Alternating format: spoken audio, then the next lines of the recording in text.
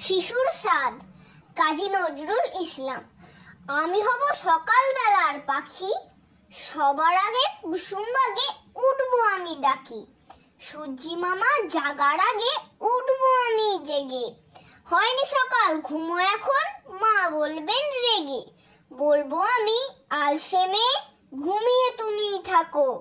হয়নি সকাল তাই বলে কি সকাল হবে না কো। আমরা যদি না জাগি মা, কেমনে সকাল হবে।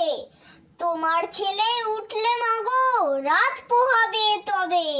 উষা দিদি ওঠার আগে উঠবো পাহাড় চূড়ে। দেখবো নিচে ঘুমায় শহর শীতের কাঁথা মুড়ে।